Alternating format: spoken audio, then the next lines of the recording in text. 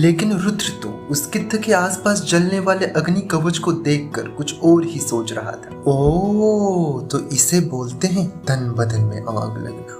लेकिन उसकी कल्पना पर तब विराम लगता है जब उसे धरती पर कंपन महसूस होता है। उसे जल्द ही पता चल जाता है कि ये अभी अभी दी गई चुनौती का जवाब है। उसके साथ ही उसे एक चौंकाने वाली बात पता चलती है कि वो एक युद्ध के मैदान के बीचों बीच खड़ा है।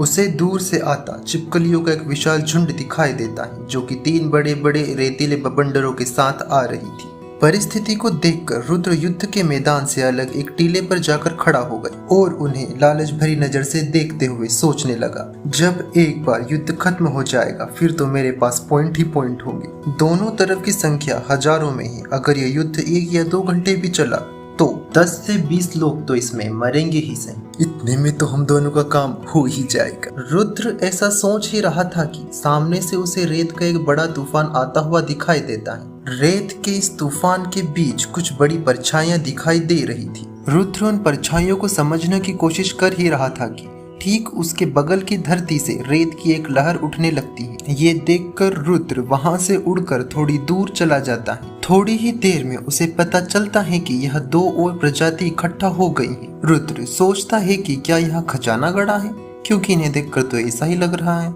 ये सभी प्रजातियां एक दूसरे से लगभग समान दूरी पर खड़ी थी, मानो किसी नियम का पालन कर रही हो। थोड़ी ही देर पहले आए बिच्छू और शतुमुर्ग के वहां आ जाने के बाद आसमान से एक गर्जना होती है और रुद्र के हिसाब से खजाना लूटने की इस रेस में एक और प्रजाति चील भी शामिल हो जाती है। अब खजाना लूटने की इस प्रतिस्पर्धा में 6 प्रजातियां और एक रुद्र शामिल था। उन सभी प्रजातियों का ध्यान मैदान के बीचों बीच केंद्रित था। रुद्र भी वहां अपने सरपेंट आय जो उसकी डेविल स्पिरिट की एक क्षमता थी उससे मैदान के बीचों बीच अपना ध्यान केंद्रित करता है। उसे वहां 2 चमकदार अंडे के आकार की चीजें दिखाई देती हैं, जिसमें से एक काली और एक सफेद थी। उन सभी प्रजातियों और रुद्र का ध्यान तब टूट जाता है जब उन्हें पीछे से एक जोरदार हंसी की आवाज सुनाई देती है।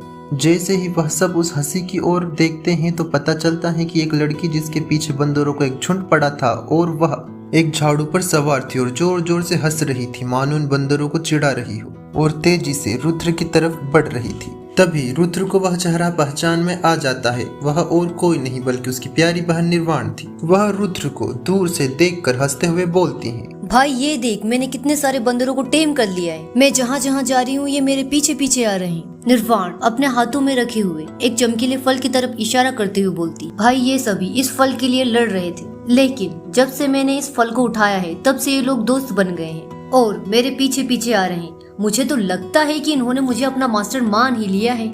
अपनी बहन की ये बातें सुनकर रुद्र की आंखें चमक जाती और वो अपने टेलीपैथी का प्रयोग करके निर्वाण से बोलता है, दीदी राइट की तरफ भाग, मैं अपने साथ और भी टेम करके लाता हूँ। और उन प्रजातियों की निगरानी में रखे हुए उन अंडों की तरफ भागता है। अपनी फुर्ती दिखाते हुए अंडे जैसी चीज उठाकर जिस तरफ बिच्छू का झुंड खड़ा था उस तरफ उड़ जाता है। अब रुद्र और निर्वाण ऊंचे आसमान में उड़ान भर रहे थे और उनका पीछा कर रहे थे बीस्टों के समूह के 6 लीडर्स। वहीं उनकी सेना आपस में लड़ रही थी और 20 लीडर्स के बीच में रुद्र और निर्वाण को पकड़ने की कड़ी प्रतिस्पर्धा की शुरुआत हो जाती है। हालांकि साधारण तौर पर उनकी गति रुद्र और निर्वाण से अधिक थी, लेकिन वो लीडर आसमान में एक दूसरे पर भारी हमले कर रहे थे। जो भी लीडर आगे पहुंचता उस पर पीछे से अन्य लीडर हमला करते एक दूसरे पर। इसी तरह हमला कर करके वो सभी काफी घायल हो चुके थे। अब आसमान का राजा कहलाने वाला चील सबसे आगे था। वह अपनी फुर्ती से अन्य लीडर के हमले को चकमा देने में कामयाब रहा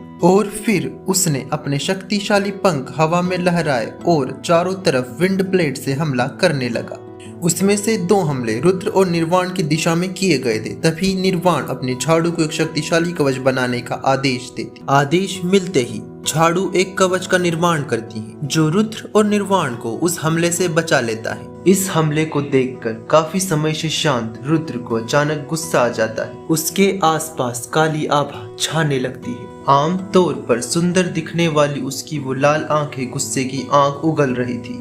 वो अपनी डेविल स्पिरिट अग्नत्र को जागृत करता है वो चील पर एक जोरदार हमला करते हुए बोलता है, सरपेंट रश, और रुद्र की आवाज हवा में गूंज जाती। अग्नेत्र तेजी से चील की तरफ बढ़ता है और अपनी पूंछ से चील पर एक जोरदार हमला करता है। हमले की तीव्रता बिजली के समान थी। आसमान का राजा चील हमले से बचने में असमर्थ रहा।